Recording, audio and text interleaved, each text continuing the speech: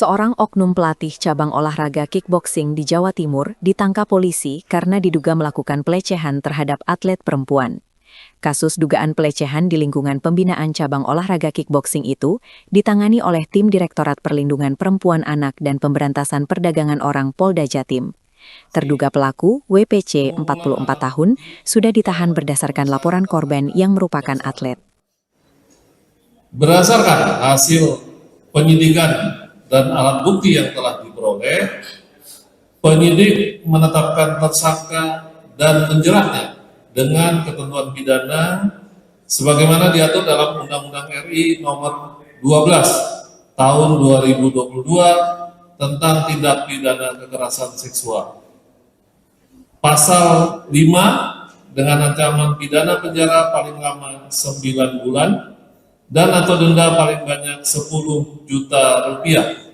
Dan pasal 6 huruf C dengan ancaman pidana paling lama 12 tahun dan atau denda paling banyak 300 juta rupiah. Saat ini proses penyidikan masih terus berjalan, termasuk pendalaman terhadap seluruh fakta hukum yang ada.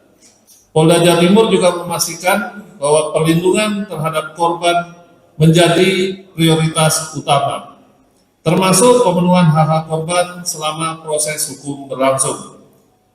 Kami juga mengimbau kepada masyarakat, khususnya perempuan dan anak, agar tidak ragu melaporkan setiap bentuk kekerasan seksual kepada aparat penegak hukum.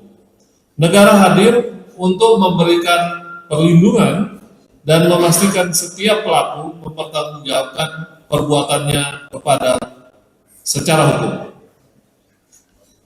Demikian yang dapat saya sampaikan. Selanjutnya untuk penjelasan secara lebih teknis dan pelatihnya, ya, langsung pelatihnya.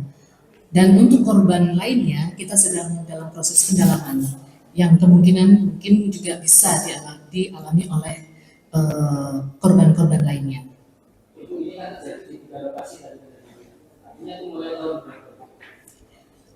Untuk tahun yang dilaporkan, untuk korban yang tadi disampaikan, ya, kejadian ini adalah mulai tahun 2024 sampai dengan 2023 sampai dengan 2024. Bu, itu modus operandi pelaku seperti apa, Bu? Itu memang di tengah instruksi atau latihan atau saat bertanding kemudian di sela-sela pertandingan itu atau seperti apa di 3 tempat itu? Ya. Jadi di 3 tempat tersebut itu modus operandinya ada beberapa, diantaranya adalah pada saat akan mengadakan suatu kegiatan pelatihan di luar kota, kemudian juga ada yang sedang akan melaksanakan kegiatan pertandingan. Seperti itu. ya, silakan Mbak Uci. Korban ini apakah usianya berapa? Terus ketika misalkan melakukan sudah dewasa ya, di 24 tahun ya, bukan anak-anak. Kemudian kalau untuk tentunya ini karena relasi kuasa, kemudian dalam kondisi dia sudah mau akan bertanding, ya, mungkin bisa tentunya rekan-rekan ya, karena dia sudah mau akan bertanding, dia sedang akan bertanding, kemudian keluar kota. Nah, disitulah posisinya. Selain penindakan terhadap tersangka, upaya kepolisian melakukan pendampingan terhadap korban seperti apa?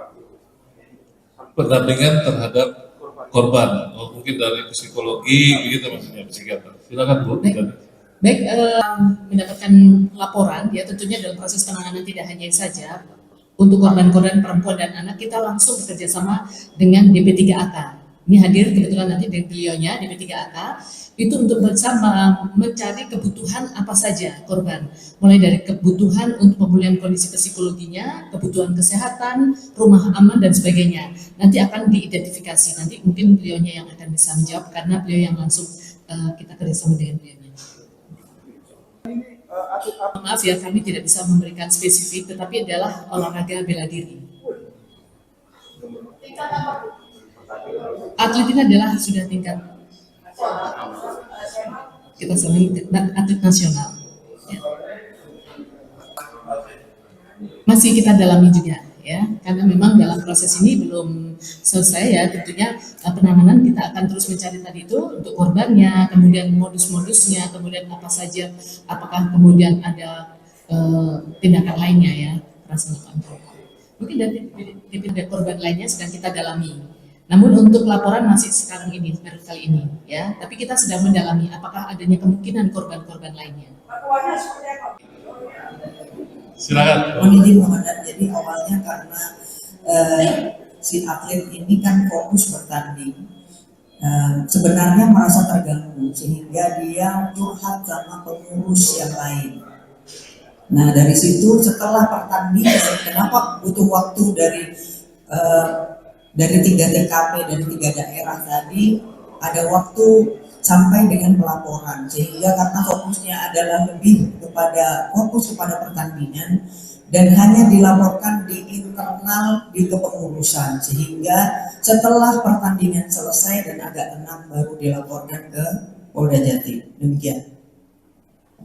Begitu, Dalam hal ini lebih kepada bujuk rayu, ya. Jadi pada saat melakukan perbuatannya, jadi action dari perbuatan TPKS-nya itu seperti perbuatan yang dilakukan alat kepada para atlet, ya. Jadi mungkin contohnya seperti pelukan, ya. Contohnya salah satunya, dan perbuatan-perbuatan lain saya hanya memberikan gambaran secara umum adalah seperti contoh pelukan. Dan rasanya korban ini sangat tidak nyaman dengan perlakuan itu. Tidak hanya pelukan, ada beberapa perbuatan lain lagi. cukup ya.